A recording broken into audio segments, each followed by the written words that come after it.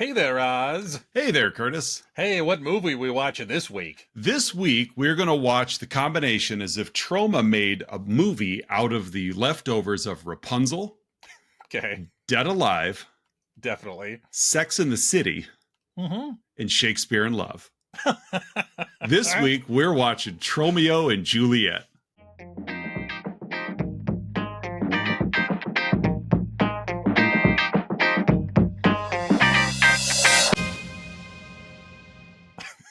I love it. Shakespeare in Love is a great punchline. Well done, sir. That's actually what I started with. It kind of Yeah. went backwards from Shakespeare in Love. But yeah, it's fun. It's fun. Yeah, it is, yeah.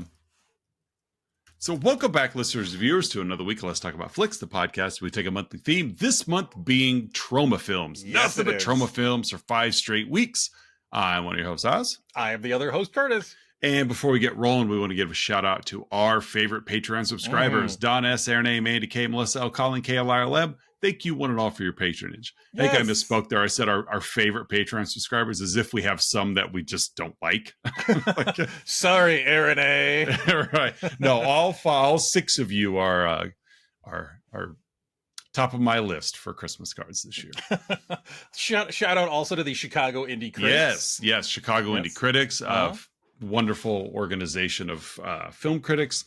They do the God's work. Yes, they do. They watch the upper and lowercase g. Mm-hmm. Yeah, they watch any and all films that work their way through and write their reviews, and they do a wonderful job. Yes, we ride their coattails to pick up the table scraps. Yes, for sure. We are those that just pick our nose in the family photo. So yeah, we're that kid in the background. That's what we are. We are. So thank you for letting us play on your playground. Yes. If you're watching this on YouTube, I thought, let's do the whole like, subscribe, blah, blah, blah. So let's see, probably, I bet just reminding people to do that on this episode, I bet our subscriber count just through the roof skyrockets. Yes. So I could see it jumping in real time right now. Tromeo and Juliet. This is a James Gunn, Lloyd Kaufman team up.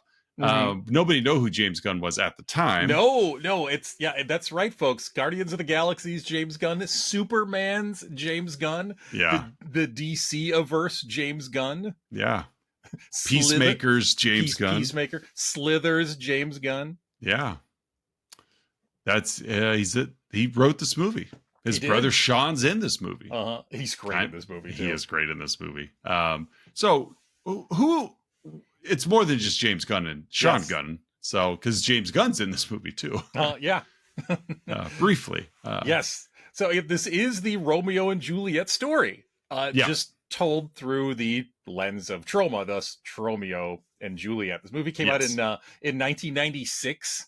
Yes. There'd been kind of a break, from Troma Productions. I don't know if it was Kabuki Man, the last thing they did, the last Troma studio. That sounds right. Mm-hmm.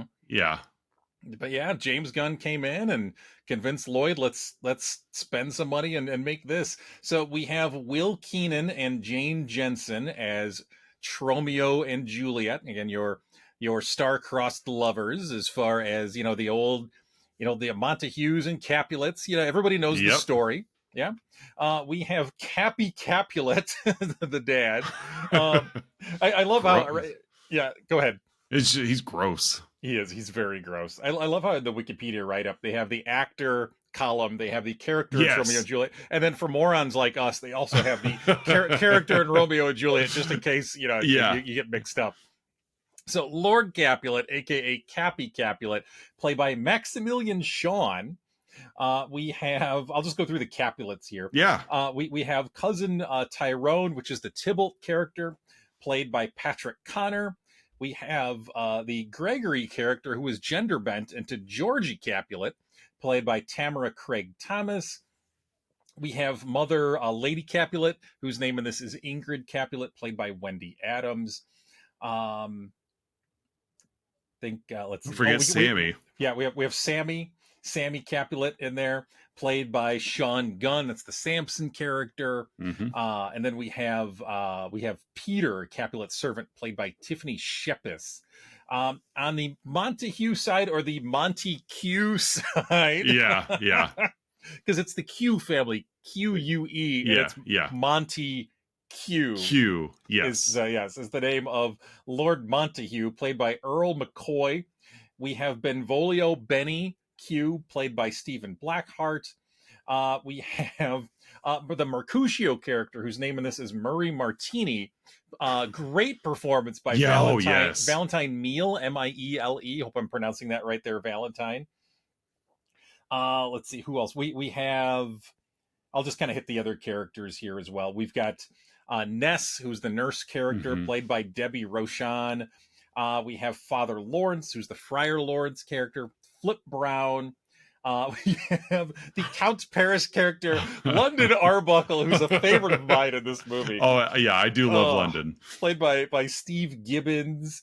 Just making sure I'm not missing anybody else here. I think that's it. Don't forget the 1-900 hot hunk guy. Yeah, 1-900 hot hunk, played by one and only Joe Fleischaker, who's in every Troma movie. He's like Troma's like resident fat guy part 2, basically. Yeah, because we had the mayor. Yeah. And from the Toxie movie as Paul Ryan, was that his name? Pat Ryan. He was part 1. Paul Ryan was a legislator from Wisconsin. Yeah, I'm guessing it's a relation there, Paul and Pat Ryan. I'm sure they're brothers. Yeah, from Janesville.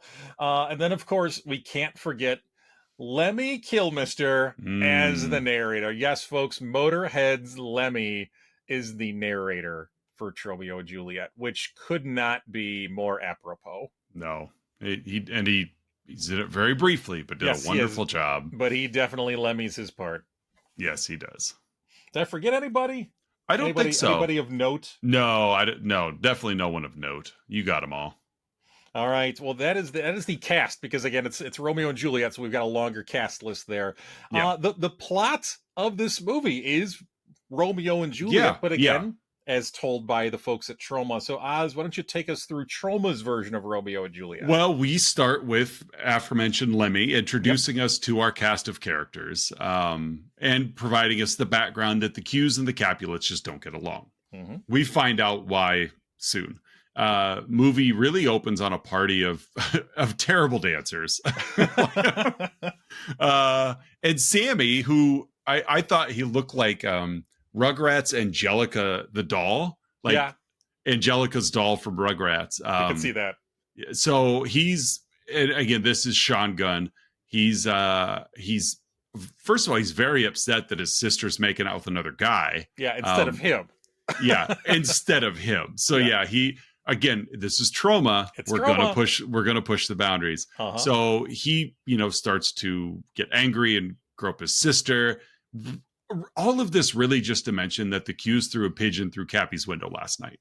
Yeah. Like that's the premise. That's the kindling of the fire of the film. They already didn't get along, but for this chunk of story, this is why. So we've laid the groundwork for this instance of disagreement. Cut to Romeo and at Benny's tattoo parlor as they are literally piercing a woman's nipple. Yes, on camera. Like close up. Yes. Everything. While they're having dialogue about Manny throwing the pigeon, through Cappy's window. Tromeo is sorry. I'm going to make that mistake more than once. Tromeo is very excited to check out his new CD-ROM. He's telling the boys about it. Again, this was the mid-90s. Yes, and it's a pornographic CD-ROM that he's excited about. We get to see them all as they all have Shakespearean titles, which is cute. Tromeo is daydreaming about a future that's prosperous, and he's very wholesome. He's a true romantic. Yeah, he really is. He's dreaming about this, prosperous future, while Benny and Manny are just talking about how terrible the Capulets are. So cut back to the lame party. Again, time is nothing in this universe. No. As I said Manny, I meant Murray. Murray, yeah. Murray and crew are now at this lame party. Yes. Despite just being being elsewhere. So they're at this lame party. Sammy gets punched in the face. Murray and crew are laughing at it. Murray and Sammy fight. That fight continues, and as we cut to Tromeo going home and seeing his dad Monty drunk.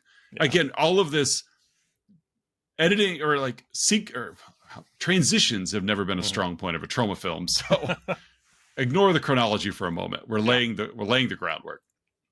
Really, that's the only point, is to see Tromeo go home and see his dad drunk again, upset again, because that's where he gets his romanticism from. Back at the club, Sammy and Murray are still fighting. Get a fun spit take from Lloyd. Yes, we do. The fight breaks into the manager's office. There's some dialogue about, go ahead. No, it's PG podcast. We'll just leave it there. There's some dialogue. There's a couple people and enjoying some alone time. Yes, or trying to enjoy some alone time before Sammy and Murray bust in on them. And Murray proceeds to chop Sammy's fingers off with a paper cutter. Yes, like one of those big, the teacher's office, yeah. Where you the one Josh Hartnett broke off in The Faculty to attack the aliens. Cut back to Tromeo, who he's in love with Rosie. Rosie's his girl. Or so he thinks. Yes. Tromeo calls Rosie, who is in the middle of making love with another man when he calls. And Tromeo doesn't pick up on the auditory clues. No. He's continuing. Yeah. Tromeo's very naive. Yeah, a little bit. So he's trying to have a conversation with Rosie. She reveals that she's going to the Capulets party. Okay. And so the Capulets are throwing a party. Rosie's been invited. Of course, Tromeo wouldn't step foot near it because he's a Q. Yeah. So we've done a lot of talk about the Capulets. The only ones we've met are Sammy. So back at the Capulets, Murray and Benny have left the party and are drunk, and they're dancing outside the Capulets' brownstone, basically. Yeah, much to the chagrin of Cappy. Yes, Cappy and Ingrid are up on the balcony. We get a bit where Cappy is angry at them, and so he tells Ingrid, "Get me my bow." To which she hands him a violin bow. And not that one, my crossbow. My crossbow. He starts firing like explosive bolts down and out at them. Yep, because that's what you have when you're a rich Capulet. You have an explosive bolt firing You crossbow. do. So Cappy is just menacing. Like, there's really no other word that I could come up with at the moment, but he is a vile human being.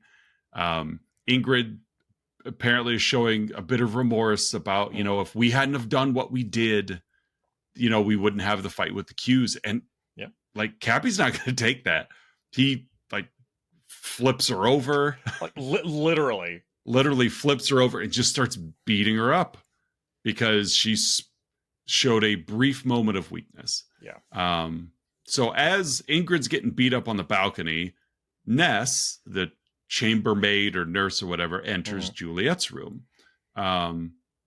We find out here that Cappy forces Juliet to stay in her room at all times. Yeah.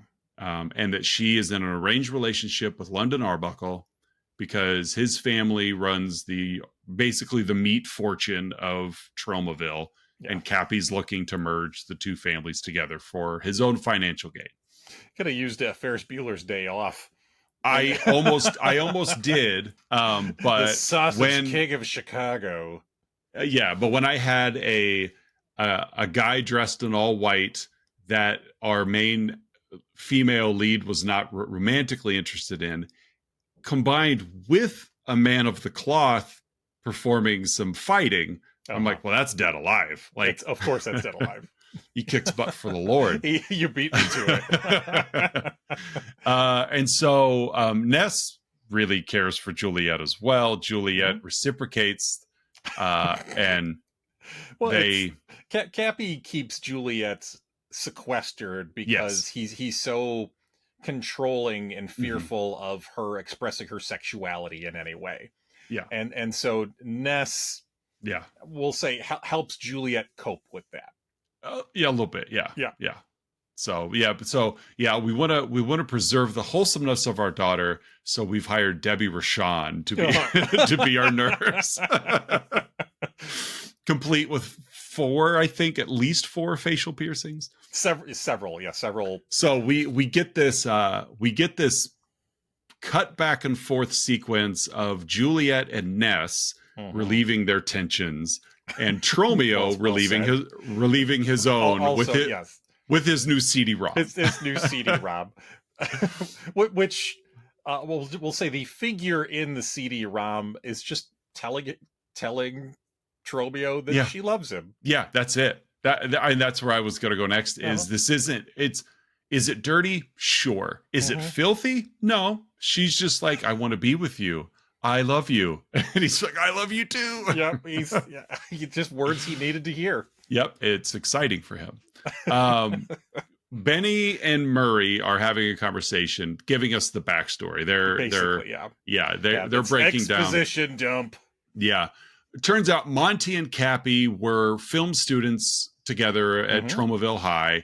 They started a film company called Silky Films, and were good at it when Monty was running the show. Well, Cappy forced Tromeo's dad, Monty, to sign over all the rights, which forced him to become a drunk. And while he was drinking, Cappy stole Ingrid, his wife. Yeah. So not only is there a shared company between Cappy and Monty, but there's also Ingrid that has been shared between. There's a picture of Monty, Ingrid, and a baby. And Murray asks who Tromeo's real mom is, and Benny doesn't want to tell him. So foreshadowing. We cut to a dream sequence with Juliet. Act 2. We get the Act 2 title card. We get the Act 2 title card. Yeah. Go ahead, Oz. Tell us in great detail what happens in this dream sequence. Juliet is in basically a bra and underwear. It's not bikini. It's just her undergarments. Yeah. In a kiddie pool, half filled with water with like some leaves in it. As Fabio, Timu Fabio walks up and they start making out. We get introduced to lowercase Fabio as a giant giant slimy veiny monster, screeching monster. Yes, with discharge in the mouth, and yes, it does come from his groin region. Yes, and it laughs. It cackles like one of the hyenas from The Lion King. Yeah. So Juliet wakes up in terror from this dream, as this was, I think, is the appropriate response. Yeah, because everything leading up to this giant monster was fine. I mean, it was really working out in her favor. Well, it gets worse as Cappy is in her room, just waiting for her to wake up. Yeah. Like, he's so gross. Gross. Yeah. Such a Yeah. So that's really it. Just laying that foundation of his inappropriate relationship with his daughter. We cut to the police station where Monty and Cappy and Sammy are all meeting with the police. Sammy doesn't want to share who's responsible for his missing fingers, so the police can do nothing about it. I dropped the popsicle down the sink. He's handling missing fingers quite well. He is, yeah. Monty gets in the car. Benny's driving. Cappy confronts him. And Sammy sticks his head halfway in the window. Yeah. Well, Benny just rolls the window up and takes off. Yeah. So Sammy's head is trapped in the car window. His face is in the window. His face is trapped in the window as he drives off. So we're dragging Sammy through the streets of Manhattan. Cut to a dad and his daughter. He's having a very fatherly conversation with her as she's getting ready to ride her bike about how the sidewalks are safe, the streets are dangerous, stay on the sidewalk. So she's okay, daddy, takes off on her bike as Benny jumps the curb, runs over the dad on the sidewalk. Yeah. Cut to girls cross-eyed straight into the camera, Troma take. Yeah. I love it. So Benny's just punching Sammy in the face until he gets dislodged from the car window, which he goes flying head first into a fire hydrant. Yes, he does. And he dies from the injuries. He tries to make it, and it doesn't work. He notices that some of his brains have been strewn about on the ground near him. Yeah. And of course, like it's in true Troma fashion, he tries to put them back in. Oh, he tries to put it back in for sure. Yeah. And that actually is the cut to Act 2. Yeah. So is that it? Yeah. Okay. Because I had it in my notes. I had all my act cuts in the notes. So we see Tromeo dressed in a cow outfit, questioning why he should go to the party. Because remember, he doesn't know Juliet yet. He just knows Rosie's my one true love. Rosie's at the Capulet party. I've got to sneak in to see her because that's what I want to do. So he's dressed in a cow outfit, questioning why should I go to this party? And needless to say, most of the dialogue in this movie is Shakespearean. They really lifted a lot of lines from Romeo and Juliet itself. Hey, as a trained English teacher, what's it like to watch this movie? It's a lot of fun watching this movie because I've read Romeo and Juliet with classes so many times that seeing James Gunn and Lloyd Kaufman have fun with it. Yeah. You know, I mentioned coming up here in a bit, I mentioned one reference that like it's fun to see them like Gunn's obviously not an idiot. Yeah. You know, I don't know how old he was when he wrote this, and it doesn't matter, but he was familiar enough with Romeo and Juliet to be able to poke fun at it as he's going. So it's fun there. So Tromeo doesn't want to go, and Murray reminds him that's where Rosie is. Yeah.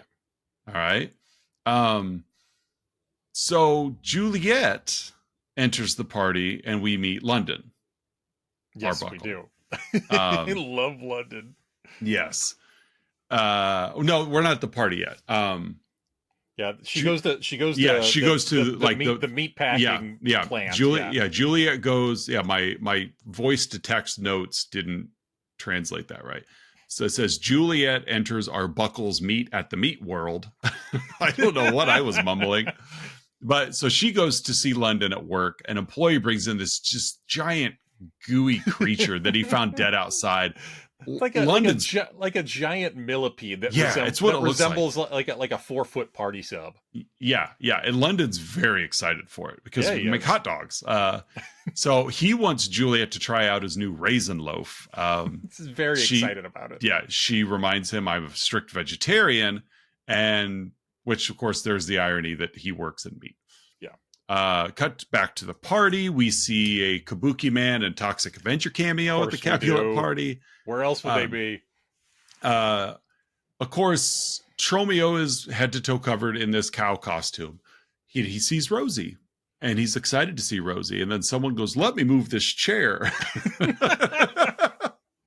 And we see why Rosie seems to be enjoying the party. She's having a good time. Yes, the man from earlier is there, and he's still providing what she needs. Tromeo's crushed. Oh, he thought he was going to be with Rosie forever. Yes. But he's only crushed momentarily as he catches a glimpse of Juliet for the first time. She's kind of splayed back in Nessa's arms. She doesn't want to be there. She's bored. And he is instantly in love. And so London steps in. Let's dance. So she's dancing with London because she's in an arranged relationship. Yeah. She doesn't want to be there. So London or Juliet are dancing. Tromeo comes up again in its head to toe cow costume and just starts talking to Juliet while she's dancing with London, and asks, if I could dance. And she she just pushes London away. Yeah. But first Romeo didn't think he had a chance because he saw London smooching on Juliet and thought, I don't have a chance. So Murray's kind of out of the scene because Murray was trying to cheer up Tromeo by let's go upstairs and steal from the rich people. That always makes you happy. And then that's when he saw Juliet. So Murray is upstairs, stealing things from the rich. And this is where I misspoke earlier. This is where he finds the picture of Monty, Ingrid, and a little white baby boy. Yeah. So Tromeo again steps in, dances with Juliet. London says no, but Juliet does it anyway. Tromeo, the filming of this scene was done so well. As they're dancing, and then the music starts to get quieter because you're locked in on Tromeo and Juliet talking to each other. The music starts to fade out. Then you notice the people in the scene have started to disperse. And then like the scene just goes black and there's like twinkling Christmas light, not even twinkling, just Christmas lights come on, just laying that groundwork of these two are on their own world right now. Yeah. They've just detached themselves for the party, from everyone there, and they're just there in each other's arms. But I thought it was despite the lack of budget and lack of ability, but it was well done. I thought it was well done.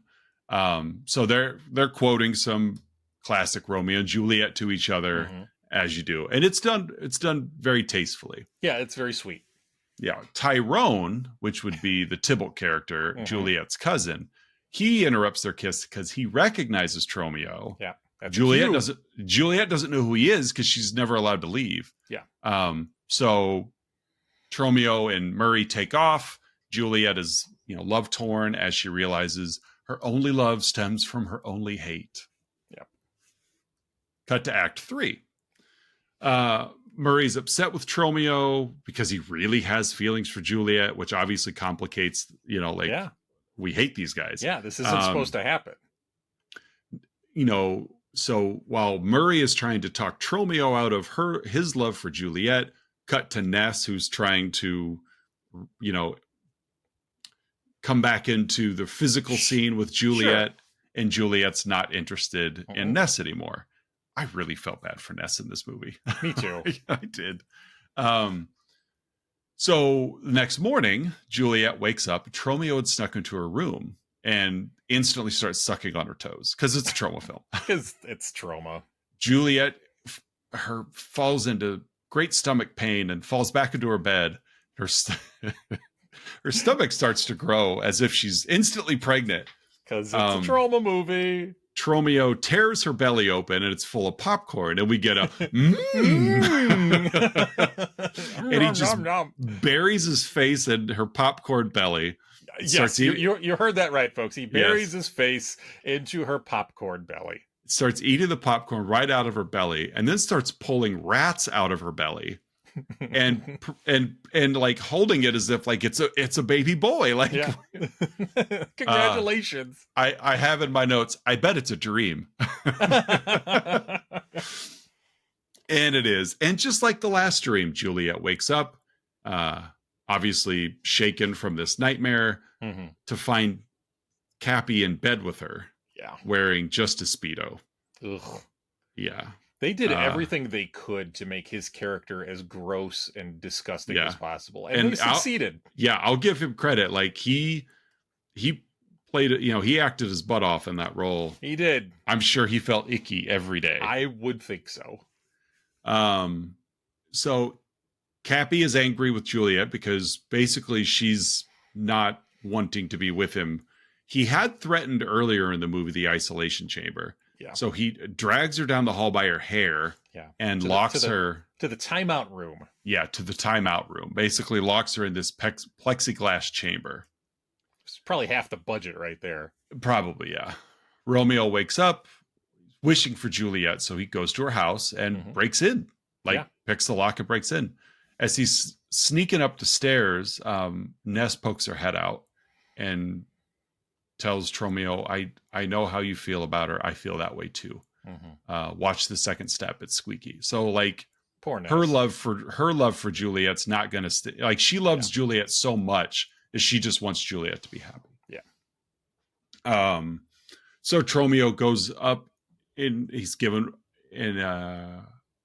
Cappy is passed out in the hallway. Literally just passed out in the hall. He steps over Cappy, goes into the timeout room, and sees Juliet in this plexiglass, and for what and it just starts dropping soliloquies. Yeah. And it's fun because I mentioned earlier how James Gunn's got some awareness. He makes a comment about her being in the plexiglass and how her hand is upon her cheek as cut to she's just sitting with her hand on her butt cheek. Like, Yeah. it's just silly. But I mean, Cappy she's like handcuffed, ankle cuffed, chained, like she's being tortured. She's being tortured. Yeah. Tromeo goes in and basically lets her free from her shackles. And they make love as Ness watches from across the room, very again love torn herself. Her physical and emotional shackles. Right. So like I said, Tromeo's worried about Cappy coming in and catching them. Yeah. To which Juliet says, "Don't worry about it. It's from soundproof." And he never comes back until after Regis and Kathy Lee is over. So Tromeo stays the night. The next morning, Juliet reveals to Tromeo as like scrambling because she hears Regis and Kathy Lee ending. Daddy's coming. You got to get out of here. And Tromeo has a plan because she reveals to Tromeo, I'm engaged to be married to London Arbuckle. And Tromeo's like, well, then marry me first. You can't marry him if you're married to me.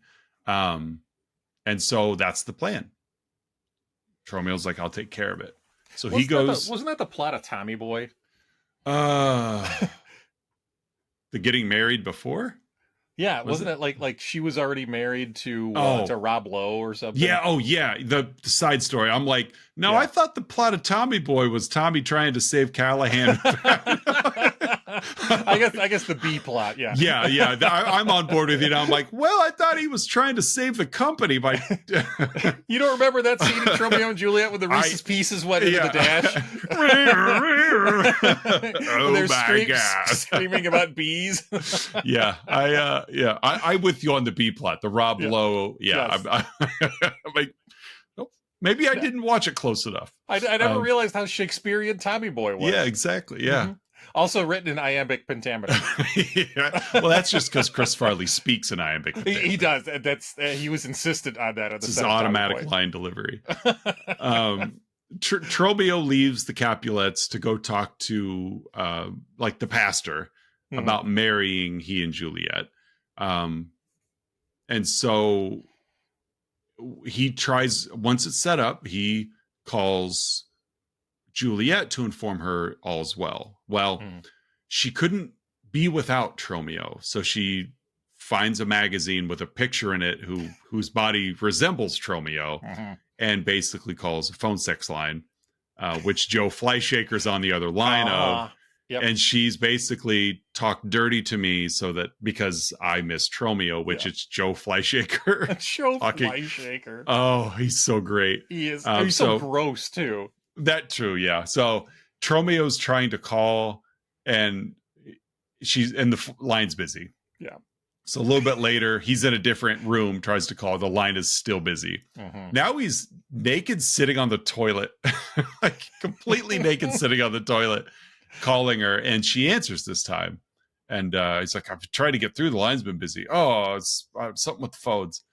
Which, of course, it's Troma. So as he's professing his love and setting up the rendezvous for their marriage later, it's all interspersed with poop sounds. Yeah. Fairly runny poop sounds, too. Very, very runny poop sounds. I don't know what Tromeo had for lunch prior to this, but... anxiety, I believe. Big spoonful of anxiety. Yeah. So we cut to Tromeo and Juliet getting married in a church, and then we get a fun honeymoon montage as they are making love all across New York. Everywhere. Sex in the City is the reason why that was in my movie. Quite literal. Yeah. Act 4 is where we're at now. Juliet had met with London and told him, I can't marry you. I don't like you. He's not taking it very well. I have that here. London is taking the breakup really hard as he's headbutting a dead pig. to the point of having a bloody forehead. Yeah, like how long has he been doing this for? He's very masochistic. Tyrone, who works for London, steps in and tells him that it's not you, Juliet's with someone else. Well, that wasn't good news, as London he stops London from headbutting the dead pig, and London just takes a meat hook to his own gut somehow and lives. Of course. Yeah. I mean, he is a butcher. He knows where to hit and where not to hit. Yeah. Or I guess it was London that told Tyrone that she's with someone else. And that's when Tyrone puts two and two together, because he's the one that broke up Tromeo and Juliet at the party. Yep. It's Tromeo. So they're onto him. So things really take off here. Mm-hmm. Tyrone and crew show up at Benny's looking for Tromeo. Mm-hmm. Murray starts mouthing off to Tyrone. That's what Murray does. Romeo steps in and counters Tyrone. It's me, guys. We've fought long enough. Let's put an end to all this violence.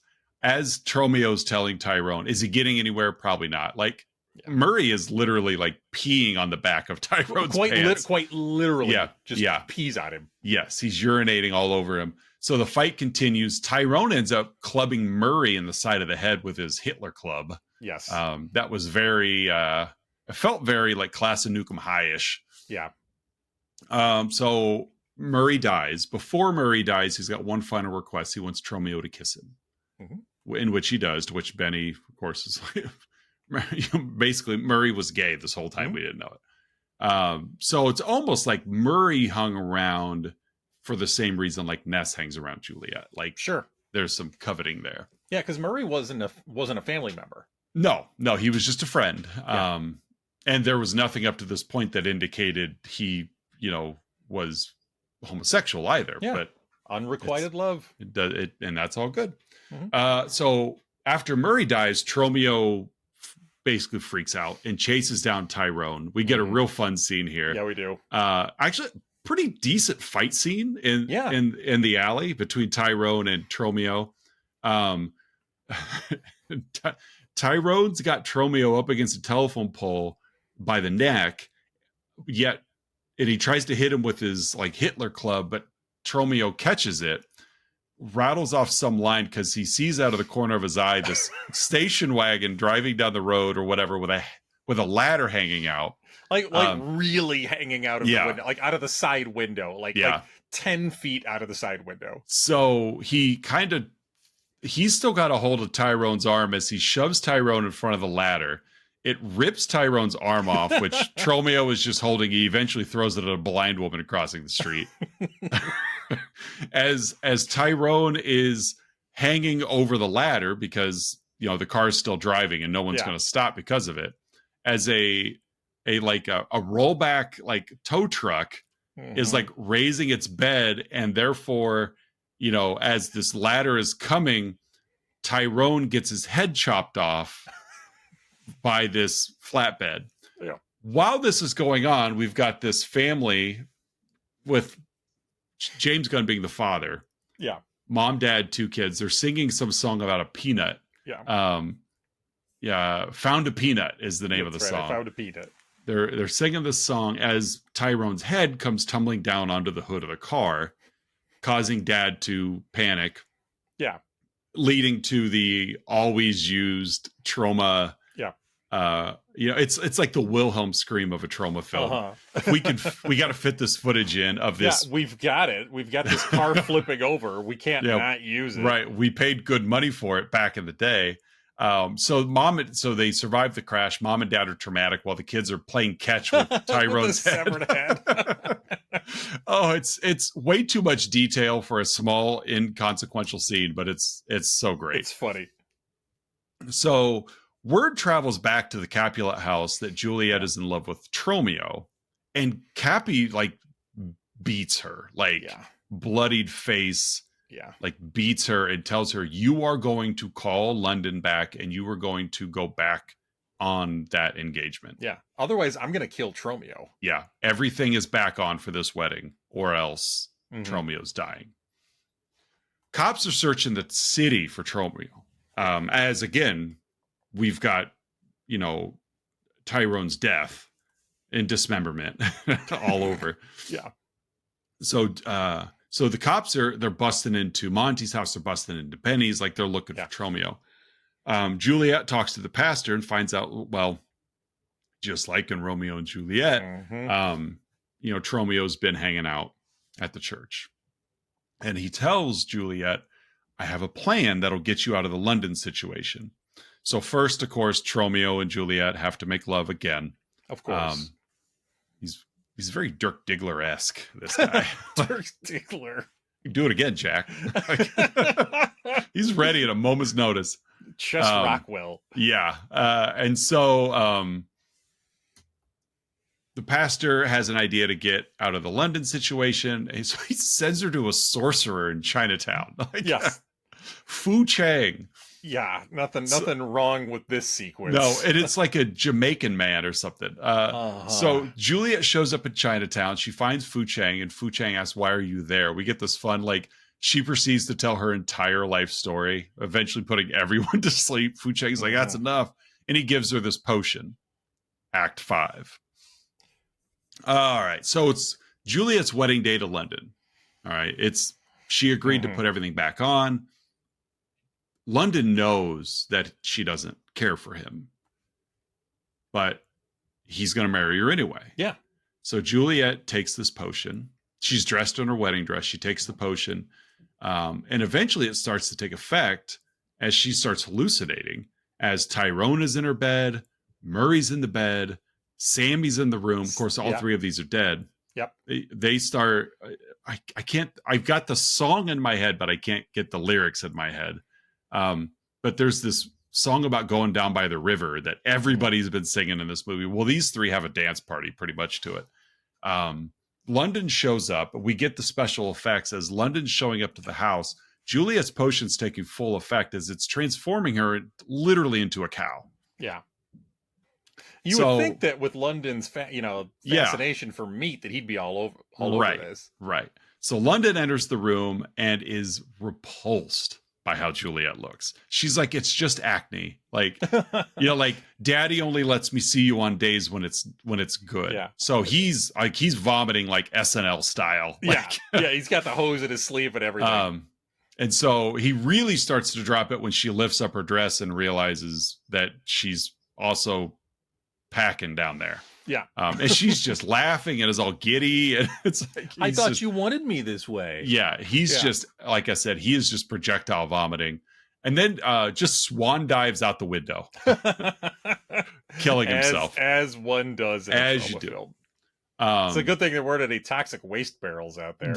No kidding. Or else we'd have had a sequel of another film. Cappy. Daredevil. Yeah, that's what we would have had. Yeah. So Cappy starts beating Juliet again. The pastor shows up with Tromeo. He fights off the henchman so that Tromeo can go up and save Juliet. So Cappy and Tromeo fight. I knew I'd say it again. So we get a reprise as Cappy's kind of pushed aside. He runs down and yells to like the butler, like, "Where's my bow?" Yeah. So he hands him an oboe. Not that bow. I want my bow, my crossbow. Yeah. So he shows back up with the crossbow and like starts to, like knock Tromeo out.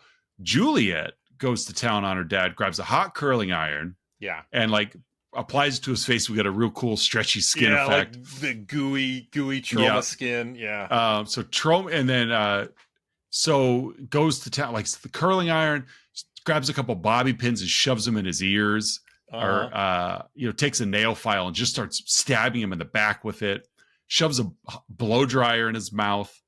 Tromeo at this point, he comes to, he starts fighting. He grabs some Troma brand tampons and shoves them up Cappy's nose, hits him over the head with a giant book called Yale Shakespeare. And then Juliet grabs the computer monitor and slams it onto his head. Yeah. Cappy's not dead. He really take a hit this one. Yeah, he did. So he forces both of them into the timeout room. Yeah. Where he crawls inside the isolation chamber. It's like, you're going to come in here. He's like, other than just doing it for the plot of the film, there was no reason for him to enter. But anyway, leaves the plug to the computer monitor dragging behind as he climbs in. She plugs it in and says, "I'm not Daddy's little Crenshaw melon anymore." Daddy's little Crenshaw melon. Yeah. Plugs in the computer monitor, and his head explodes. Yeah. It's like a microwave somehow. I don't know why the science, but whatever. They exit the timeout room. Tromeo and Juliet are free from all charges because the pastor said it was also obviously self-defense. and of course they believe him. Yeah. So Ingrid so Tromeo and Juliet leave. Ingrid stops them on the stoop as Monty shows up as well. And together they reveal that Tromeo is really Cappy's son. And to which Monty even says, "I'm black." And Tromeo's like, "I always wondered how that worked." But the reveal was Cappy and Ingrid had Tromeo first. But Monty raised Tromeo, and that was what Cappy was holding over Monty's head in exchange for the film studio, was he gets to keep the boy. Yeah. Well, basically what we're saying is Tromeo and Juliet are brother and sister. Which, of course, they've been fornicating all movie long. Yep. They're married. And they look at each other and they're like, screw it. We've gotten this far. Yeah. They just go with it. And so they, even if it's incest, they stay. It's a Troma film, folks. It's a Troma film. We get an epilogue with Tromeo and Juliet having a cookout. Monty is there as their deformed children are running around. and they lift a baby and have a good time. Yeah. And that is the Troma version of Romeo and Juliet. That is Tromeo and Juliet, folks. What a film. Disgusting, depraved, quality. True Troma. Yep. Yeah. All right, folks. At this point of the show, Oz and I give our own unique rating to the film we've been yapping about. 1996's Troma Studios, Tromeo and Juliet. Oz, my friend, how do you rate this flick? I'm giving this movie a 5-act play. There you go, a 5-act play. How about you? I'm going to give it 2 of Sean Gunn's fingers. That works. Every week, Oz and I scour the interwebs searching for unprofessional reviews that tickle our funny bones, and we hope they tickle yours as well in this week's edition of Outside Insight.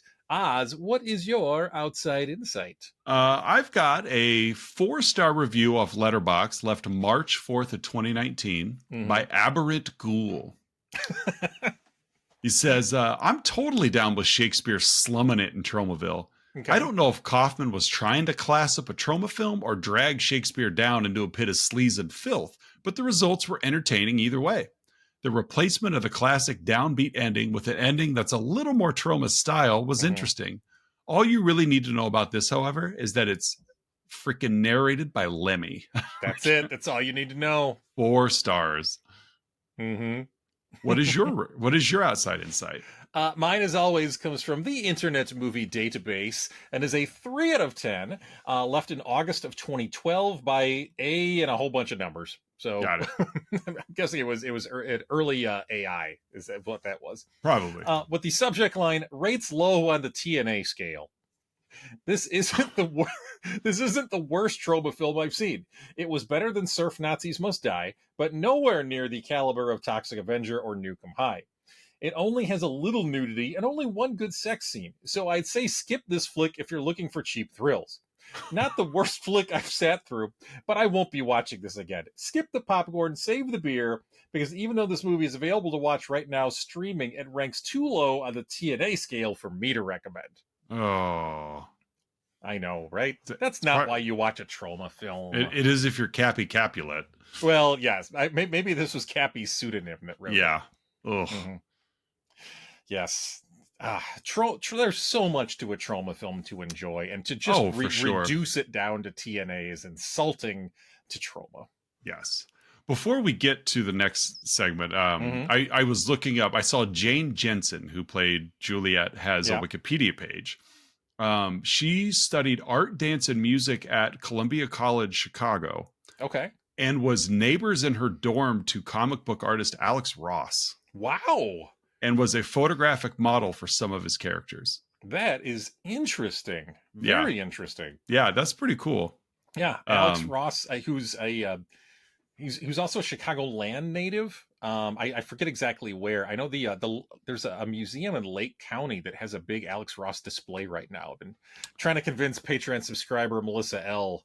To take a drive over to Libertyville to check it out. Okay. Says he was born in Portland, Oregon, and raised in Lubbock, Texas. Okay, well, maybe I was wrong in both regards. But he did go to school at the Academy of Art. Okay, so that's got to be the Chicago type. Yeah, and his mother had also studied there. But yeah, but that I thought I wasn't expecting that. I knew she was like into music. She recorded some from 91 to 95. She recorded under the names Eve, Lady Vox, X Venus, and then Oxygen 23. So interesting. But anyway, she was in this movie and was the photo model for some Alex Ross characters. Next time I look at Alex Ross work, we'll have to keep her in mind. Interesting. It's probably a Superman. It was probably Joker. It's probably that one. Yeah. All right, folks, it is the Let's Talk About Flicks signature segment, the 3-2-1, in which Oz and I each share 3 goods, 2 bads, and 1 about this week's movie, Tromeo and Juliet. Oz, what are your 3 goods? My first one is the dedication to Shakespeare. Yes. A Romeo and Juliet story. I mean, honestly, it could be adapted, and it has been adapted so many times, but for them to stick with a lot of the Shakespearean language and try their best to stick with it, I thought was pretty cool. So that's my first good. My second is that there are Troma movie posters everywhere in this film. Yes. Like if there's a naked wall, it's not naked anymore. There's some, and it's not just like the big hitters like Class of Nukem High or Toxic Avenger. I mean, we're going way back to the screwball comedy Troma film. So that was a fun little gag of just seeing Troma film posters everywhere. That's what Troma does. Oh yeah, they self-serve. Yeah, for sure. And 3, the acting's real solid in this film. I had that as a potential good as well. It's really solid acting from everybody in the film. Except for maybe the little girl who gives us the the slap on the mouth, cross-eyed. But that's Troma. So those are my 3 goods. What do you got? It's funny you mentioned that. I had the little girl self slap and cross eyes as a possible good as well. That was great. So I'm going to start with for my first good, just the unnecessary sound effects that this movie uses, which it is not new to Troma, but I felt like they dialed it up a little bit more for this. The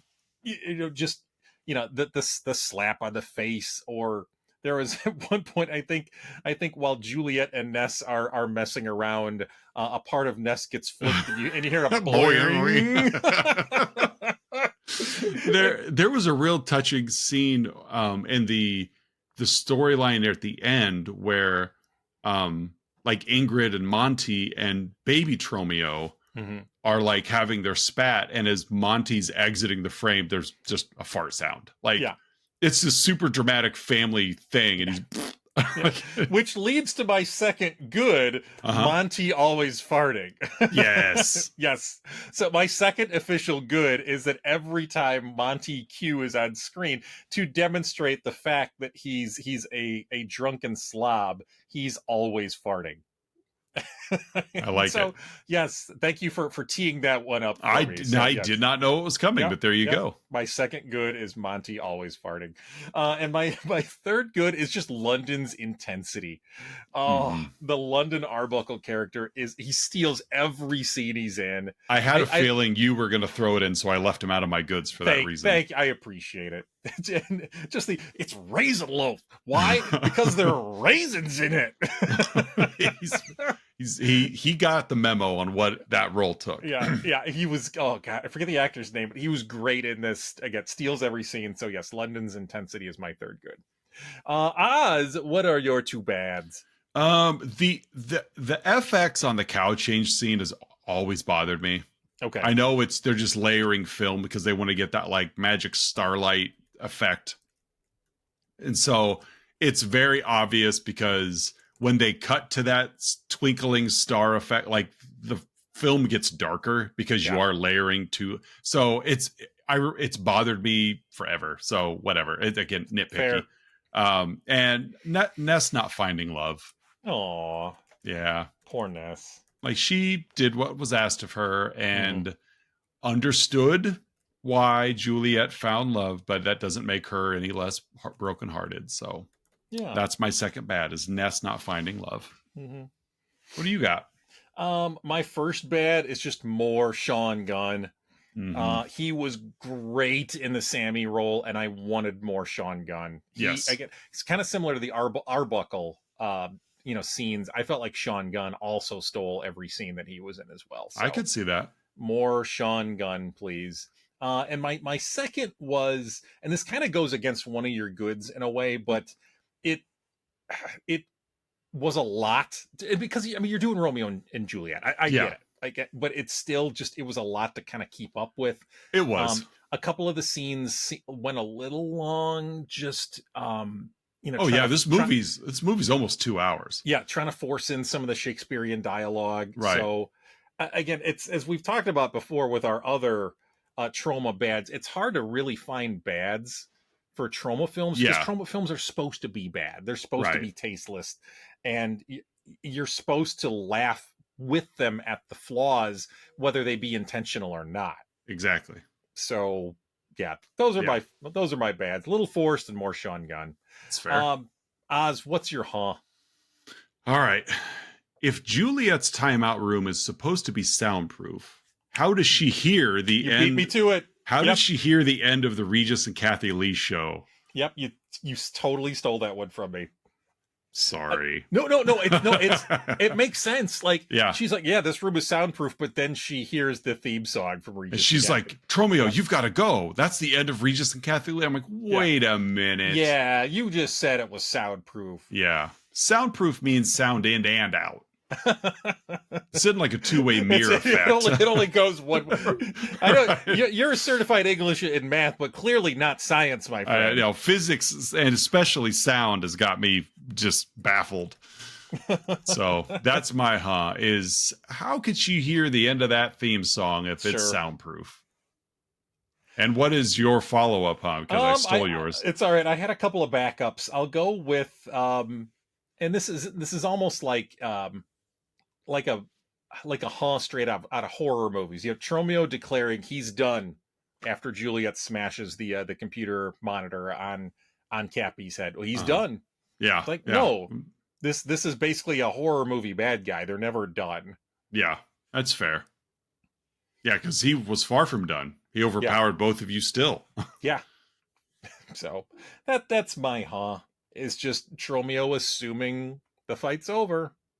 Nope.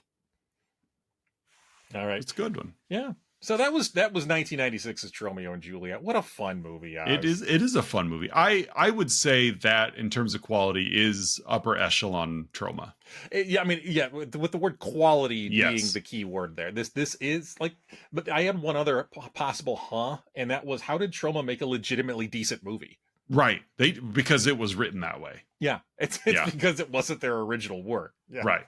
Well, yeah, and it was William Shakespeare and then adapted by James Gunn, who, yes, he was not quite Hollywood superstar James Gunn, but same guy. Those chops were there. Yeah. But yeah, it's a good movie. Yeah. I love how James Gunn still finds ways to get Lloyd in cameos in movies. I know I don't think I spotted him, but I know he has a cameo in the new Superman movie. In the first Guardians movie, he's one of the prisoners. And he's like pointing and laughing. Yeah. Well, I even and not only that, I was when I mentioned I had Jane Jensen, her, and as a musician, other appearances, she had a song on the soundtrack of this movie. She was part of the original score for The Crow Salvation, whatever. But she also had a soundtrack on the Slither soundtrack. Of course she did. Yeah, it's like, and why not? That was 11 years later, and James Gunn is still like, hey, Jane, Like, Yeah. you want to 2 songs on that soundtrack. Well, James Gunn has that stable that he goes to. Yeah. Rooker, Plum Clementif, have been in multiple things. His brother. Yeah. Yeah. Yeah. So I do. It's cool when they just kind of keep, you get a lot, and I'm sure Hollywood's the same, of, as you climb the ladder, you're stepping on the heads below you. Mm-hmm. And James Gunn at times feels like that guy that, let's just get a wider ladder and I'll help you guys up a little bit too. Yeah. Or they all climb it together. Yeah. Yeah. Fun movie. Mm-hmm. So that was week 3 of 5. And we had mentioned last week with Toxic Avenger that we've got some people getting their start. Yes. Marissa Tomei, James Gunn. What do you got for next week? Next week is the only film in this 5-week Troma movie month that was not a Troma film production. They picked up the rights to 1993's Trey Parker and Matt Stone production, Cannibal the Musical. Love this movie. Me too. I watched it a couple of days ago for the first time in probably 10 years, and it doesn't miss a beat. I don't see where it would.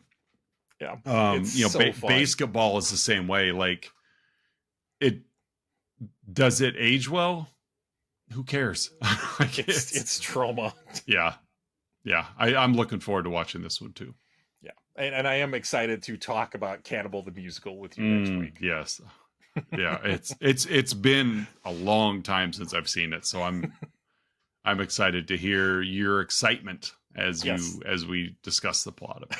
I'm also excited to reintroduce the word spadoikel into my everyday vernacular. Starting today. Everything is spadoikel. Noun, verb, adjective. Yes. Right. Spadoikel. Oh, those guys.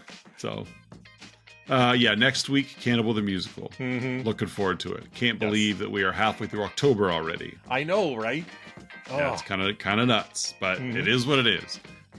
Social media wise, Facebook, Instagram, YouTube Shorts, anywhere you listen to podcasts, give us a follow, give us a like, give us a subscribe, all those things that you can do. It's effortless on your part, but it really helps us out on the back end of things. So we would greatly appreciate any and all help.